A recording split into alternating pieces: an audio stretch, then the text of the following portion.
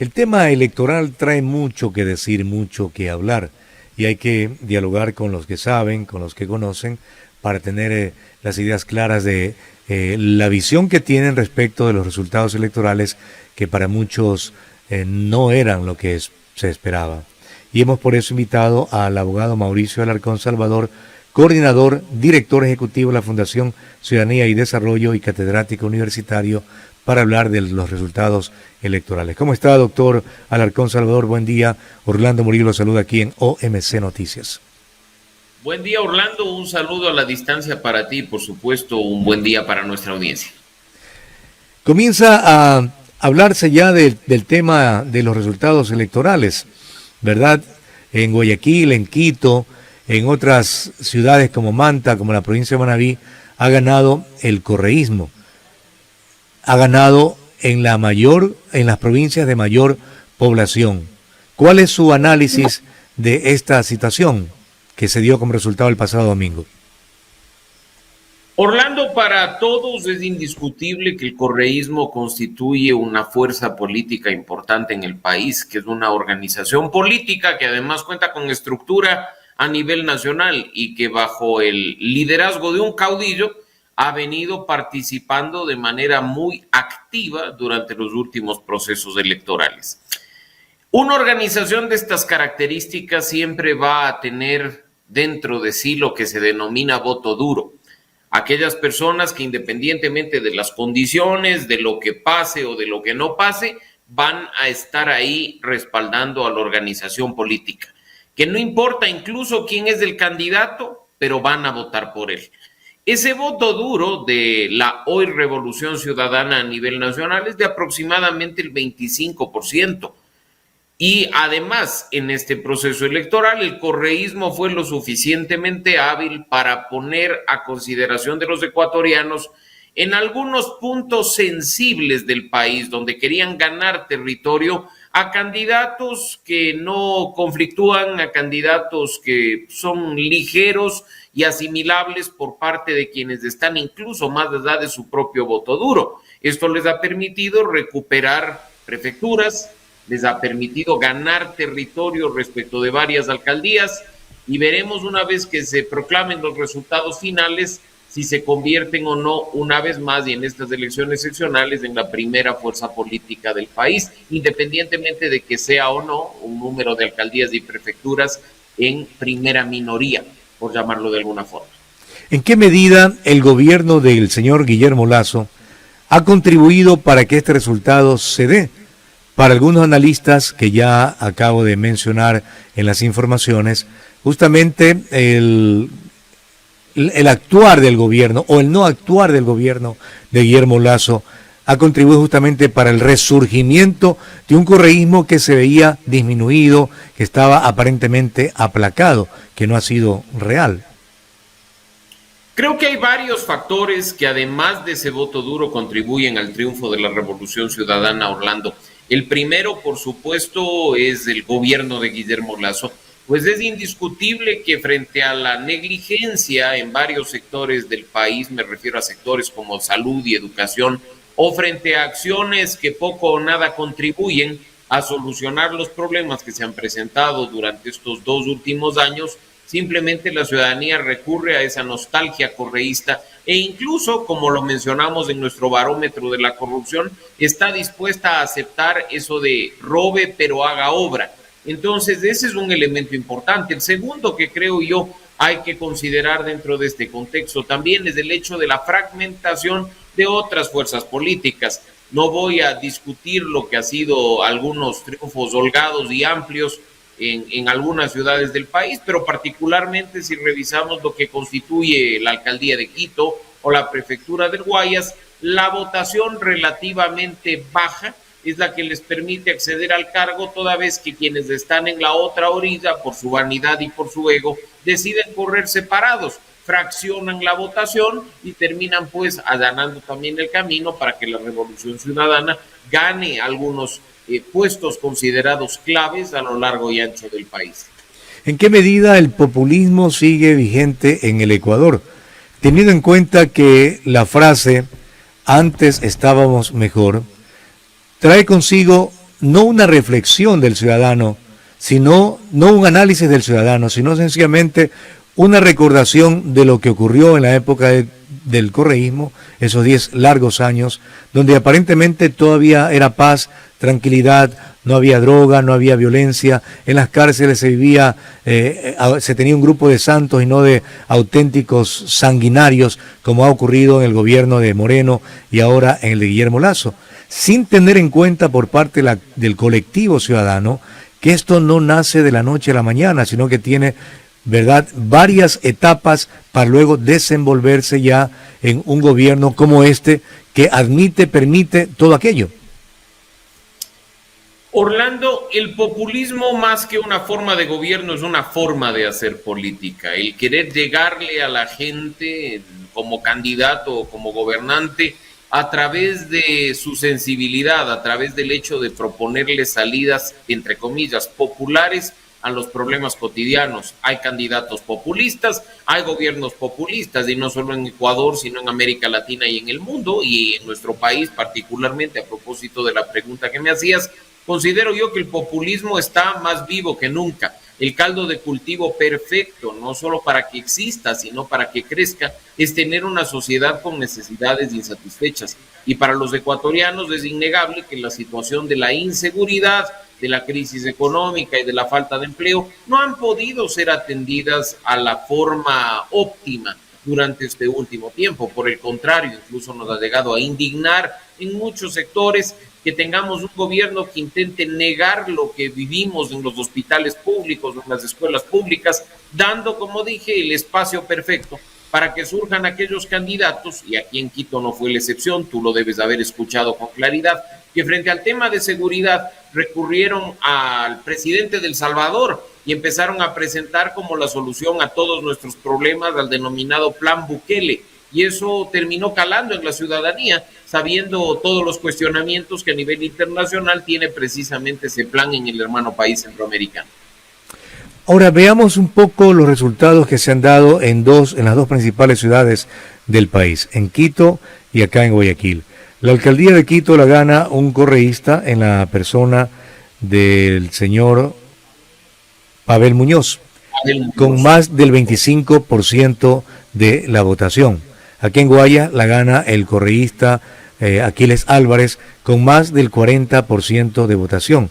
Se pensaba que por esto de darle cabida en la función pública a una cantidad importante de personas, de ecuatorianos en la capital, el núcleo del correísmo estaba justamente en Quito, pero las votaciones nos hacen ver que más bien están acendrados acá en Guayaquil. Y hay varios elementos que influyen en eso. Ya he mencionado al inicio lo que significa ese voto duro correísta, que recordarás tú, en Guayaquil específicamente hace 2 procesos electorales capitalizó Viviana Bonilla, que ha tenido en la histórica votación de la Revolución Ciudadana previo a este triunfo la más representante, aproximadamente el 35%, ¿no? Y ese voto duro se ha hecho presente una vez más. Yo creo que las condiciones para que suceda lo que ha pasado en Guayaquil son distintas, en el sentido de un hastío de 30 años de una misma organización política gobernando la ciudad, de la mano de una autoridad que lamentablemente no llega a los niveles ni de gestión pública, ni de popularidad, ni de confianza que llegaron sus antecesores. Me refiero a León Febres Cordero y Jaime Nebot. Además de ese voto duro, Aquiles Álvarez fue lo suficientemente hábil para capitalizar aquel voto de rechazo a Cynthia Viteri, y en definitiva, mira que incluso la diferencia entre él y la señora Viteri es significativa, es de aproximadamente 10 puntos, ¿no? Y como tú dices, muchas veces se habla de Quito como el bastión del correísmo, pero creo que incluso ni Quito ni Guayaquil podrían ser considerados tal si regresamos a ver lo que ha sucedido en la provincia de Manabí, por ejemplo. En donde se mencionó, inclusive por parte del gobierno nacional, la vinculación de algunos candidatos con el narcotráfico, pero nada de eso en realidad ha valido a la hora de elegir a los candidatos que el pueblo ha elegido. De muy poco, porque en realidad lo que se hace de aparecer en un medio de comunicación, en una rueda de prensa, diciendo que tenemos 28 nombres de narcopolíticos y narcocandidatos, termina en saco roto si es que las cosas se hacen de manera tan burda como lo ha hecho el ministro del Interior. Incluso quizá tú también lo hayas visto a través de redes sociales de miembros de los asambleístas del denominado Frente Parlamentario Anticorrupción. Nos hemos enterado que la información entregada por el ministro del Interior al respecto en la Fiscalía ha sido un file de capturas de pantalla de redes sociales de personas. Ajá. Eso es inaceptable.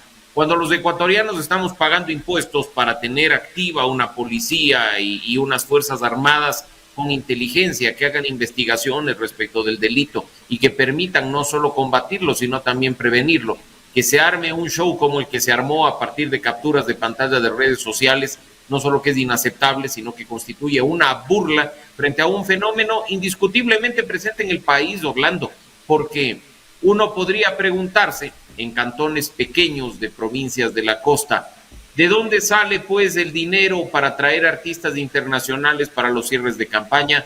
¿De dónde salen campañas millonarias que movilizan a toda la gente de un lado para el otro para poder ganar efectivamente? ¿Cuántos candidatos han sido extorsionados por el crimen organizado en este proceso electoral? ¿Y cuántos otros, al tener opciones real de triunfo, como el candidato que efectivamente se ha convertido en el nuevo alcalde de Portoviejo o aquel que fue asesinado hace 2 días en la provincia de Manabí, estaban ahí simplemente siendo presionados por estas fuerzas por alguna razón? Entonces yo creo que hay que actuar con seriedad. El fenómeno de la narcopolítica llegó para quedarse, no es el primer proceso en el que hemos hecho mención al respecto, y lo que hay que hacer es investigar y sancionar a los responsables, porque la impunidad es la que perpetúa las malas prácticas. Pareciera ser que este fulano venezolano que trabaja en un medio digital en Quito tendría más acceso a información grabada de delincuentes o de funcionarios del gobierno que el propio gobierno, ¿no? Da la impresión que eso esté ocurriendo. Ahora... Y mira lo importante que es eso, Orlando, y en otros gobiernos ha pasado un tema similar, en el sentido de que el periodismo, independientemente de que nos guste o no nos guste la forma en la que se ejerza, tiene mejores herramientas de insumos que el propio gobierno para poder poner a disposición de la ciudadanía información importante. Por ello es clave la libertad de expresión, por ello es clave que el gobierno no se indigne, no se moleste y no incluso candidatos intenten hablar de extirpar cierto tipo de periodistas en el país. Ustedes son fundamentales para la lucha contra la narcopolítica, contra la corrupción y a favor de la democracia. Por ello es vital que sigamos defendiendo todos estos espacios independientemente de su tamaño o de su forma. Mira que, como tú bien dices, la información que algunos periodistas manejan resulta muchísimo mejor que aquella que el propio gobierno nacional con todos nuestros recursos económicos ha logrado. Así resulta. Ahora, el tema de la extradición parecería ser que era una pregunta que incluyó el presidente Lasso en la consulta popular que iba a ganar, pero resulta que tampoco ha ganado como las 7 restantes. ¿A qué cree que se debe eso? No se sintonizó bien la gente con la profundidad de las preguntas. Presentó el presidente de la República preguntas que en realidad el pueblo ecuatoriano no entendían que le iban a sacar de la situación que estamos viviendo.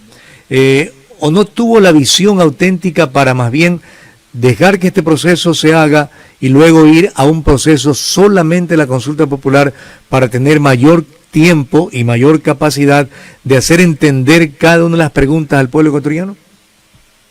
Un tema importante, Orlando, tú mencionas como gancho quizá una pregunta muy difícil. La ciudadanía no solo que no comprende, y no lo digo con ningún afán de menospreciarla, pero no comprende lo que significa extradición. Ajá. Porque es un asunto jurídico muy complejo. Incluso resulta complejo para muchos abogados que no ejercemos derecho penal, porque no nos olvidemos que hay una relación directa entre estos dos asuntos. Pero yo te diría que quizá, teniendo una pregunta gancho como la de la Asamblea Nacional o como la del Consejo de Participación Ciudadana, se necesita ser muy torpe para perder el referendo. Mira que con una institución con tan baja credibilidad y confianza como la Asamblea Nacional, la ciudadanía siente que hay una crisis de representatividad, que lo que hacen o dicen los legisladores únicamente busca defender sus intereses particulares, que quieren librarse de la Asamblea. y el gobierno le plantea una pregunta que podía haber sido en su contenido y en su anexo muy simple, sin afectar representatividad, pero no, hicieron todo lo contrario y como tú ya lo has dicho, con un 97% promedio de los votos escrutados, resulta que en este tema específico, el de la Asamblea Nacional, el no le gana al sí 53 contra 47, 6 puntos de diferencia considerable, cerca de 400,000 votos, Orlando. Entonces se necesita ser muy torpe para armar un referendo con temas que sí nos interesa a los ciudadanos, pero complicarlo de tal forma y hacer una campaña tan mala que terminen perdiendo. Ahora, el tema de la institucionalización a la que se refirió el presidente de la República la noche de ayer en su cadena radial y de televisión, él la puede asumir, pues, permitiendo, por ejemplo, que, o no permitiendo lo que se hizo durante todo este tiempo en el Consejo de Participación Ciudadana, donde metió la mano, donde no le respondió Ulloa a lo que él quería, y eso hizo que no tengamos a un contralor, y hace 6 años que está el subrogante, igual en otras entidades de control del país. Ahí también hay una falla y una visión del presidente de la República y también de todo su equipo que lo asesora. Hay una carta del coronel Molina, que no la puedo leer porque es amplia, pero que deja entrever que ese equipo que tiene el presidente de asesores no le sirve pero absolutamente para nada, y es parte del grupo que está absorbiendo buena parte de los recursos del Estado. Indudablemente, Orlando, hay muchas cosas que perdiendo el referendo las puede hacer el presidente por cuenta propia, demostrándole al país que efectivamente lo que nos dijo, su preocupación sobre los mismos, puede ser solucionada. Las preguntas 7 y 8, las de los temas medioambientales, de la naturaleza, de los recursos naturales no renovables, pueden entrar en vigencia mediante una reforma normativa. Presidente, envíe el proyecto de ley a la Asamblea Nacional, que la ciudadanía se encargará de que los legisladores hagan su trabajo. Lo que usted planteó no es perfecto, es perfectible, y para ello estamos, la sociedad civil, la academia y los medios de comunicación, para apoyarle. Presidente, usted quiere que el Consejo Nacional Electoral haga su trabajo y depure las organizaciones políticas, particularmente los movimientos que están presentes en el país. Ordene a su ministro de Finanzas que le entregue recursos al Consejo Nacional Electoral para que pueda hacer ese proceso de depuración y no tenga que andarle mendigando unos dólares para poder hacer un proceso electoral a la altura de las circunstancias.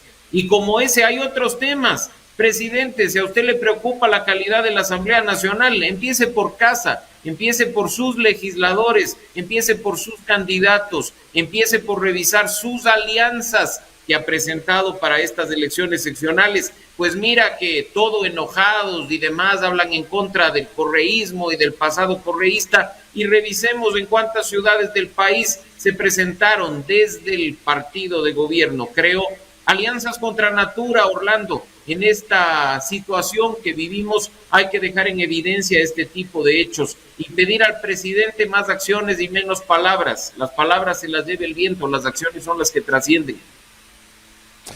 Así es. Para concluir, doctor, y hablar de lo que ocurrió acá en Guayaquil, el líder del Partido Social Cristiano ha dicho que con franqueza y algo muy grave, que la ambición, no la aspiración, el actuar con el hígado no son la estrategia correcta para que se corrijan errores, y los que se postularon para no ganar sino para hacer daño cometieron una gran equivocación. ¿Cómo usted analiza este hecho? No obstante que el Partido Social Cristiano, y lo recuerdo, en el 94 pactó con el PRE y 2 años más tarde, en el 96, perdió con el PRE.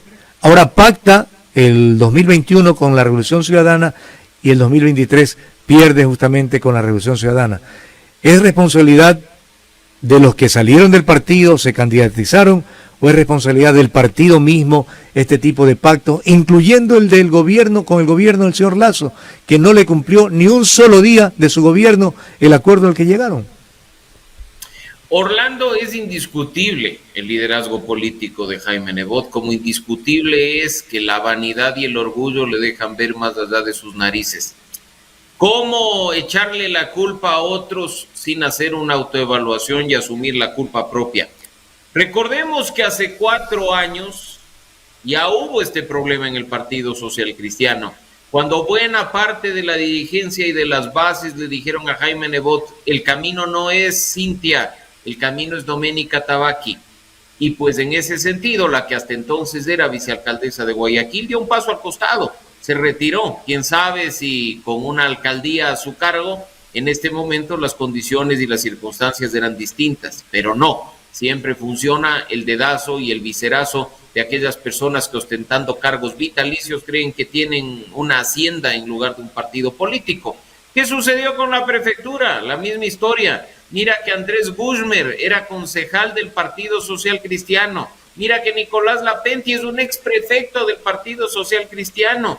No se diga algunas otras figuras en distintos cantones de la provincia del Guayas que al simplemente no ser tenidas en cuenta por parte de la dirigencia, optaron por agarrar su propio camino, que es totalmente válido.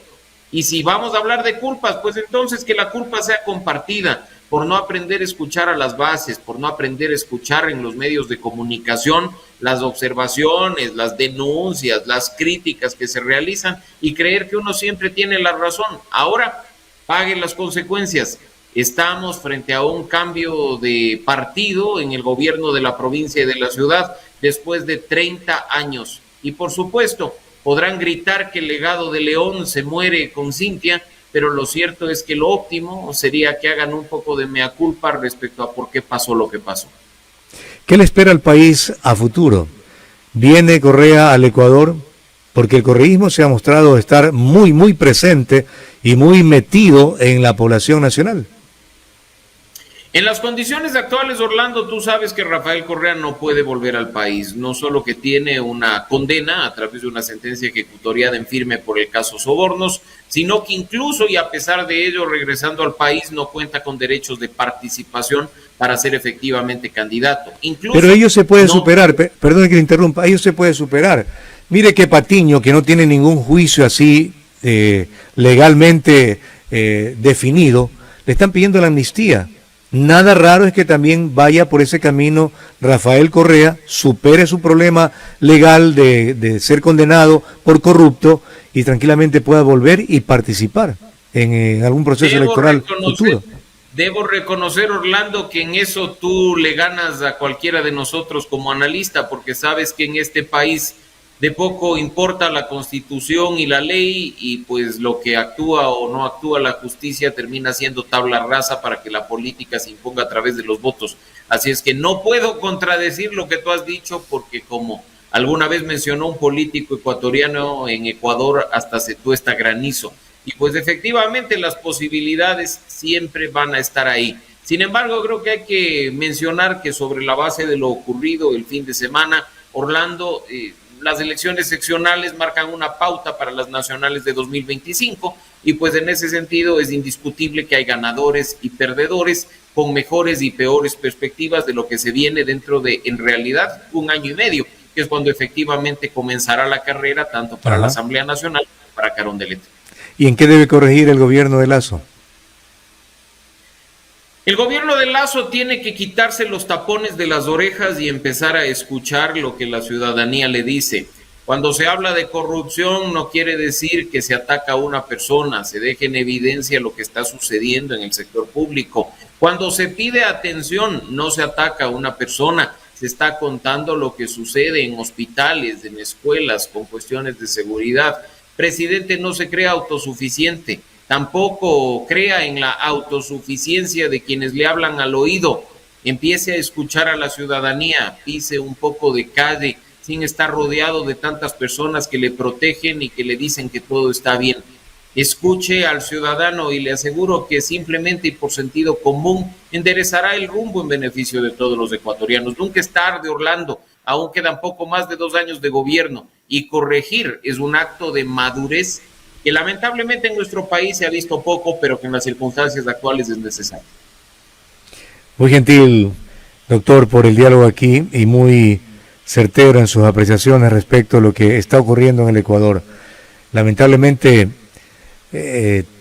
hay que insistir en lo mismo, saber elegir y hay que demandar a las fuerzas políticas mayor seriedad y transparencia. Hoy escuchaba uno de los discursos que diera después de ganar las elecciones el recordado expresidente Jaime Roldós Aguilera, y lo que él dice aún es válido pese al tiempo transcurrido. Transparencia, honestidad, y hay que escuchar la voluntad del pueblo por parte de los políticos y no manipular en función de ni de grupos ni de intereses personales. Gracias, doctor. Gracias, Orlando. Un abrazo para ti y siempre a la orden.